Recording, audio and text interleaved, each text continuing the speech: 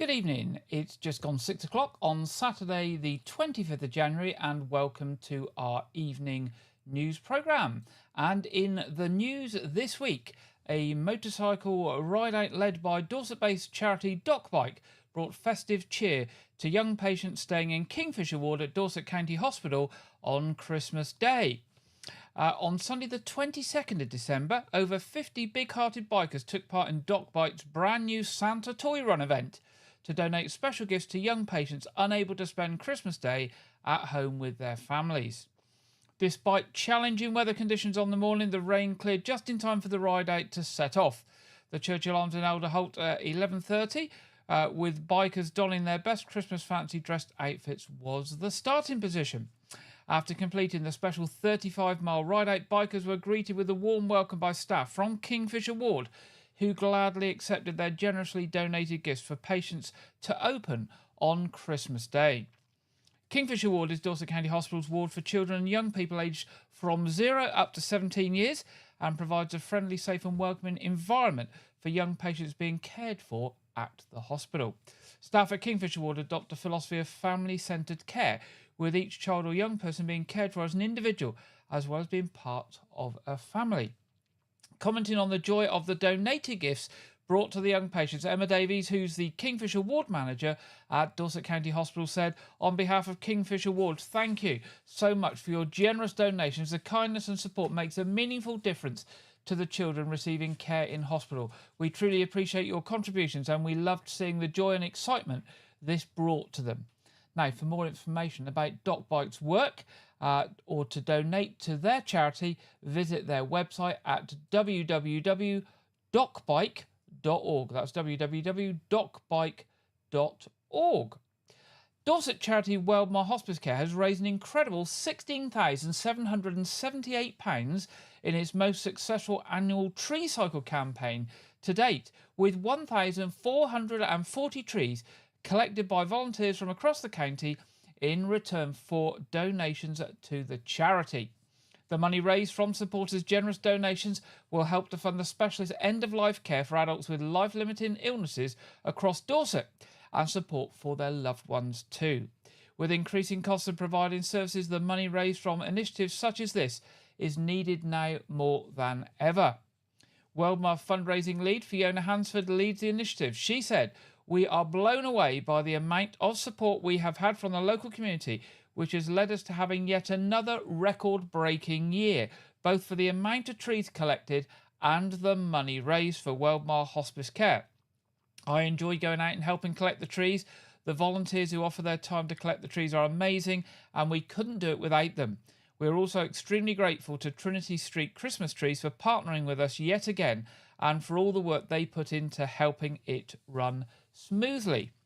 Now, the initiative was again in partnership, as I said, with the fabulous team at Trinity Street Christmas Trees, who coordinated the collections and logistics, helped to recruit volunteers and arrange for the trees to be chipped and recycled.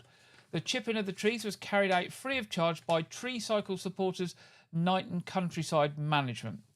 Tamsin Hyde from Trinity Street Christmas Trees said, "It was a pleasure, as always, to partner with Weldmar on their annual tree cycle scheme. We had an incredibly hard-working team of volunteers who took it all in their stride and were lovely to work with. It's so rewarding to end the weekend of collections knowing that we have raised such a fantastic contribution to the wonderful care that Weldmar provides." And well done to Trinity Street Christmas Trees and the team at Weldmar for not only doing a good environmental thing and obviously recycling those trees, helping the community get rid of them because they're so difficult to get rid of, but also raising those vital funds.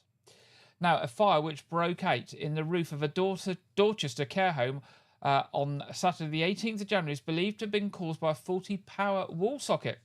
The fire at Grassington House in Prince of Wales Road was extinguished by several hose reel jets by around 50 firefighters from across Dorset and Yeovil using breathing equipment and an aerial ladder. Residents of the care home were evacuated and temporarily rehoused by Dorset Council. And staying with Dorset and Wilts Fire and Rescue, Dorset and Wilts Fire and Rescue Service is urging local people to take care with open fires in the home following a spike in incidents involving wood-burning stoves. Wood-burning stoves are a warm, welcome addition to the home, but they carry risks. If you have a wood burner, you should make sure you're using it safely. Group manager Neil Tidball said a combination of colder weather and trying to keep costs down means people are more likely to be using open fires and wood burning stoves. Chimneys should be swept twice a year as the minimum to remove accumulated soot and tar, as well as making sure that the chimney is clear of debris. Green or unseasoned wood shouldn't be used as it smoulders with long burning embers and produces a lot of creosote and not much heat. Build-ups of creosote in a chimney or flue can become highly flammable and dangerous. You should also avoid burning painted, coated or treated wood, as this can release harmful gases. Other things they suggest is you should make sure you leave sufficient time after a fire to let the ash cool and keep the door to the stove closed. Keep your flues clean and well maintained, and avoid drying or airing clothes close to or directly onto the flues or stoves. Blocked or defective chimney flues can also carry a risk of leading to carbon monoxide poisoning. So as well as getting your chimneys and flues swept, you are encouraged to fit smoke alarms and carbon monoxide detectors in your homes.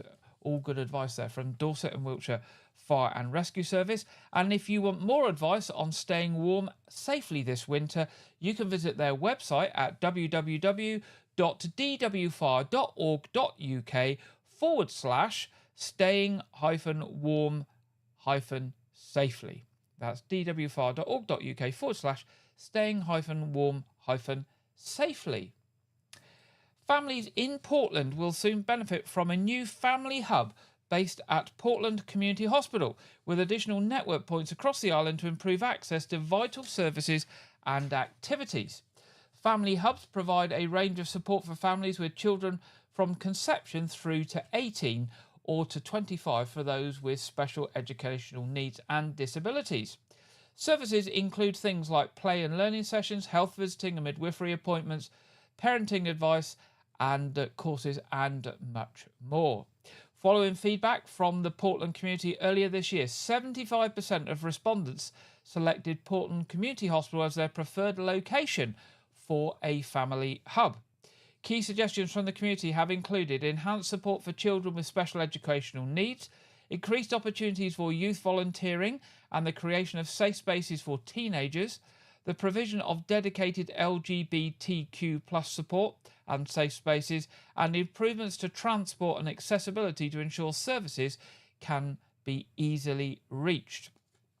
Now, in addition to the main hub at Portland Community Hospital, smaller family hub network points will be established to expand access to support. And just as an example, one such network point, the Drop-In number 2, has already opened at the former Smiley Faces nursery site at Southwell Business Park. This initiative builds on the successful work of the Drop-In, which has long provided valuable services for young people on the island. Councillor Claire Sutton from Dorset Council said, "It's fantastic to see the plans for the Portland Family Hub taking shape. I want to extend my heartfelt thanks to all the families who took the time to share their thoughts and ideas, helping to shape this important community resource."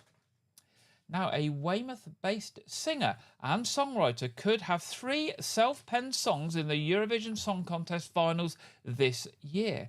Emma Gale, who's 55 and lives in Weymouth, has been working with artists in Norway, Croatia and Latvia to create new songs that will be entered into a public vote in their respective countries, with a chance of one of the songs being selected to make the finals. If they're chosen, they will be sent to compete in the finals in Basel in Switzerland. Emma said, "In 2022, I met someone at DWB Music who writes songs for Eurovision. Writes songs for Eurovision potentials all the time. So that's how I really got into it. After that, it's about networking and meeting other people. I went to 17 countries last year and 11 different events, so writing has helped me contact with people all over the world." Speaking about how she got involved with the foreign music scene, she said, "All songs are in English and a lot of countries perform in English, but this is where I feel there is more value working with people who don't speak English as their first language. They want me, I come up with the concept of the song and help structure the lyrics." The songs weren't specifically written for Eurovision, but that's what makes them strong, and they're all different styles. One is almost K-pop, another is mid-tempo, and the third is like R&B. You never know what people are going to want. So watch that with interest to see if any of Emma's songs gets through to the Eurovision Song Contest finals this year. Now, appeals from Dorset Police this week. Between 8:15 p.m. and 8:45 p.m. on Saturday, the 11th of January, Dorset Police received a report that a 16-year-old boy had been assaulted on the Esplanade at the end of St Mary Street, Weymouth. It's reported the victim was with 3 friends when a black car had stopped at the end of St Mary Street. The occupants of the vehicle spoke to the victim and his friends and asked the victim about his sexual orientation.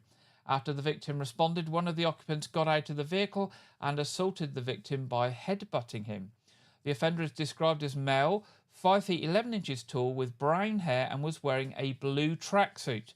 Police Constable Sam Welsh of Weymouth Police said, "This has caused a great deal of distress for the innocent victim and his friends. To be a victim of an assault is an unpleasant experience, but this incident was motivated by the victim's sexual orientation, which makes it an aggravated offence. I'm appealing to anyone who witnessed a black car with 4 white male occupants in the area of King Statue and St Mary Street at the time of the incident to please get in touch." Now, staying with Dorset Police, I've got another photo to put up here. Here we go. Officers are issuing an appeal and issuing an image of suspected stolen statues that were recovered in Dorchester and believed to have been stolen from somewhere in West Dorset. Excuse me. On Tuesday, the 7th of January, officers recovered a large number of suspected stolen items, including high-value power tools, gardening equipment, and 2 statues from a vehicle in the town. Police Constable Lauren Edwards of Dorset Police said the items recovered are believed to have been stolen from the Bridport and surrounding areas of West Dorset. As part of my inquiries, I'm now issuing images of the statues in a bid to try and find their owner. I would ask anyone who recognises them or knows who they may belong to please get in touch. Also, if anyone has had a number of STIHL power tools or gardening equipment stolen from the West Dorset area recently, please get in touch with a full description of the items, including serial numbers, proof of purchase, and any other distinguishing marks. If the item matches the information you provide us, we will be in contact. Now, those statues are rather unique, so I'm sure if the pictures get out there and are shared, somebody will recognise them and they can get in touch with Dorset Police. Now, it's the usual contact numbers for Dorset Police. It's 101, or if you wish to give any information anonymously, you can do this via the Crime Stoppers charity on 0800 555 111. Now, it's been reported this week that after more than 10 years, the toilets at Weymouth Station may be reopened. Locals and train users have campaigned for a long time to get the toilets reopened after they were shut in 2011 due to vandalism, drug use and anti-social behaviour. They even stayed shut in 2023 when the station had a £1 million revamp. It now looks possible that they may reopen after other changes are made at the station, which could include the introduction of a ticket-to-gate line. This would mean that the toilets are only available to those who have entered the station through the gates after presenting a valid ticket. The new ticket gate line would also reduce those who travel without obtaining a ticket, which would address the issues of fare dodging and loss of income to the rail operator. Now, Ellie Aldridge, an Olympic gold medalist from Portland, is hoping to inspire the next generation of sailors after a hugely successful year. Ellie, who was recently awarded an MBE, wants to inspire local children to be the next sailors and windsurfers. Ellie became the first female kite surfing champion at the Paris Olympics in August and was recognised for efforts in the King's New Year's Honours List. Ellie, commenting on being awarded the MBE, said, "It couldn't have been a better way to end the year. Kite surfing has gained momentum and I hope I can do my bit to encourage kids to take up the sport I love. Anyone can do it and it's super fun." Ellie trains at the Weymouth and Portland National Sailing Academy and has praised it alongside the Andrew Simpson Foundation, a charity which helps to get young people from all backgrounds into sailing. She added, "If you want to get into any type of water sports or sailing, the Andrew Simpson Foundation is amazing and the Academy is home to a lot of the opportunities." Ellie is also setting her sights on getting back to training and returning to train on Portland after taking a well-deserved break over the winter months. And Ellie will also begin the long road to defending her Olympic medal at the Los Angeles Olympics in 2028, a target she has set herself moving forward. Well, good luck to Ellie over the next few years, preparing for the Olympics in 2028. Now, after 4 years of intense work by a team of dedicated Weymouth community members in collaboration with planning professionals, the Weymouth Neighbourhood Plan has been submitted to Dorset Council for examination. It is a significant step closer for Weymouth residents to having a greater influence over planning decisions in the designated Weymouth neighbourhood area. The final version of the plan has been drawn up by local people and agreed by the Town Council, who feel confident that the plan reflects the hopes and views of the local community.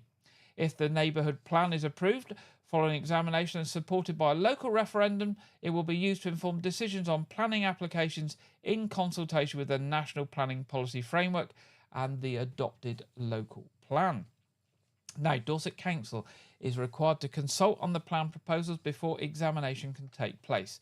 People who live, work or run a business in the Weymouth neighbourhood area have until Friday the 7th of March to raise any concerns they have about the plan. These concerns will then be passed to an independent examiner to consider. A hard copy of the plan will be available for public inspection at all 3 local libraries in Weymouth. That's at Littlemore Library, Weymouth Library and Wyke Regis Library. And the Dorset Council offices as well will be there during their usual opening hours. Comments on the plan can be submitted online via an online form on the Dorset Council website, or alternatively, comments can be emailed to neighbourhoodplanning@dorsetcouncil.gov.uk. That's neighbourhoodplanning@dorsetcouncil.gov.uk. Now, the feedback and experiences of residents, businesses and visitors on travel and transport in Dorset have now been published. The data collected in early 2024 is helping Dorset Council and Bournemouth, Christchurch and Poole Council to shape a new local transport plan, setting out a vision for transport and travel infrastructure across the county. A lot has changed since the last plan, which was published in 2011, so the new local transport plan will aim to address current transport needs and prioritise future investments. Over 3,000 people responded to the survey and 300 attended consultation events across the county. People shared issues they experienced and ideas for improving travel and transport. Some of the things that they told councils was public transport does not meet people's needs, including frequency, affordability and accessibility. Mobility hubs with a range of transport options in one place have great potential to transform transport system for the better. Everybody has a strong desire for more well-connected walking, wheeling and cycling networks. They want better transport connections between towns and villages to combat isolation and provide travel choice. Access to the car is important in maintaining independence, and congestion is an ongoing problem across urban areas during the summer season and peak times of the day. Now, the council are using the feedback to produce the new transport plan, which will be in place and run through till 2040. Public consultation on the draft strategy and implementation will take place in the summer and autumn this year. Now, a major bequest has funded the redevelopment of the Dorset County Hospital's Prince of Wales Renal Unit. Dorset County Hospital's Haemodialysis Unit and the Prince of Wales Ward form the renal hub for in-centre renal replacement therapy across Dorset and South Somerset. The unit works closely with satellite units in Poole, Bournemouth and Yeovil to safely and effectively dialyse patients. The hospital was the beneficiary of a generous legacy left by the late Mr. Reginald Lugg for the benefit of the renal service at Dorset County Hospital. The funds have enabled works to create a home therapy suite on the Prince of Wales ward. The provision of the home therapy suite has enabled an increase in training for patients and supporters, delivery of the hospital's ambition to achieve 20% of the dialysis population to establish on home therapies. The scheme has created additional side rooms in which dialysis can take place, increased Prince of Wales ward bed base to 15, and provided a dedicated home haemodialysis facility and 2 multi-purpose procedures room for inpatients and outpatient activities. Families and friends of Mr. Lugg visited the hospital to view the redevelopment of the Prince of Wales renal facilities, and you can see a picture of them on the screen. Joe Howarth, who's the Director of Nursing at the hospital, said, "We are exceptionally grateful for this significant bequest which has enabled major improvements to our Prince of Wales ward for the benefit of renal patients cared for by our staff. The thoughtful generosity of people like Mr. Lugg, who remember our hospital in their wills, is greatly valued, enable us to make patient care even better for generations to come." And finally, in the headlines tonight, Weymouth Town Council invite community groups to their first community networking event of the year. Weymouth Town Council will host the first event on Tuesday the 28th of January, that's this coming Tuesday, from 10:15am to 1pm at the Redlands Leisure and Community Park on Dorchester Road. The theme is community event management, and local community groups are invited to attend. The event will present an opportunity for people to come together, strengthen community contacts, learn from each other and share resources and experiences. Following refreshments and time to network, there will be a presentation on community event management delivered by Weymouth Town Council's Senior Events Officer. Attendees will be invited to take part in a question and answer session, followed by a light lunch. You can book your spaces or advise of any allergies or dietary requirements by emailing the Town Council's Community Development Officer at the following email address: charlotteemery@weymouthtowncouncil.gov.uk. That's charlotteemery@weymouthtowncouncil.gov.uk. And that ends the news headlines this evening. It's now time in this evening's programme to go over to our regular contributor, Andrew Wright, for this week's film review and preview.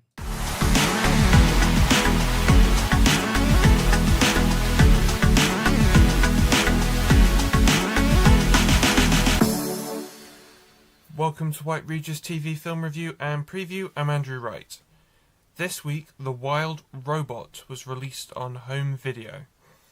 The Wild Robot is an animated science fiction film based on a 2016 novel of the same name, and revolves around a service robot nicknamed eventually Roz, who is shipwrecked on an uninhabited island, uninhabited by humans, who must adapt to her new surroundings, build relationships with the local wildlife, and become the adopted mother of an orphaned goose named Bright Bill. The film stars Lupita Nyong'o as Roz, Pedro Pascal as a wily fox called Fink, and Kit Connor as Bright Bill. The film also stars has Mark Hamill in the cast, so Star Wars fans, you might be interested in that. The film was originally released in September to critical and commercial success, where it famously beat out Megalopolis and Joker, Folie à Deux, and Transformers 1 at the bar in terms of weekend-to-weekend box office performance. And it's also been nominated for Best Animated Feature at this year's Oscars. So this was my first time watching the film. I thought it was charming, but it would definitely appeal more to parents than to children, because it's a lot about, someone unexpectedly finding themselves as a parent. I gave the film 3.5 stars out of 5. This weekend, the new Mel Gibson film, Flight Risk, is released in cinemas.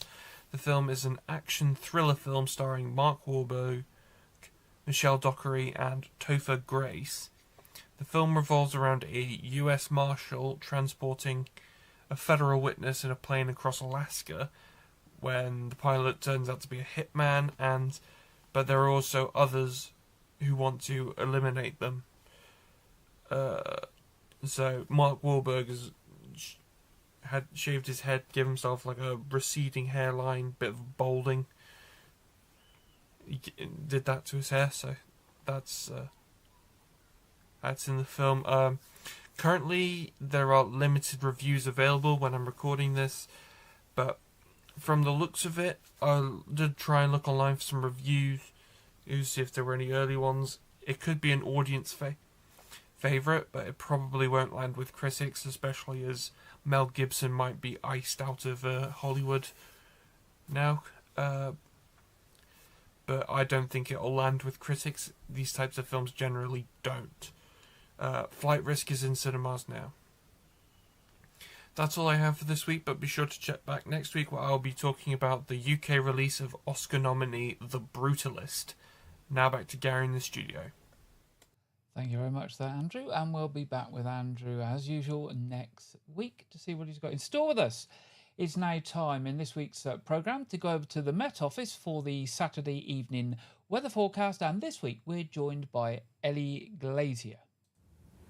Hello, welcome to your latest weather update from the Met Office. Low pressure remains very much in charge of our weather over the next couple of days, all thanks to a very strong jet stream out in the Atlantic, allowing low pressure to barrel towards the UK into the start of the new working week. It's this area of low pressure that we're watching at the moment, arriving later through Sunday and into Monday, bringing some strong winds and some heavy rain, particularly to southern areas, but also some milder air too, so temperatures returning a little above average by the time we get to Monday.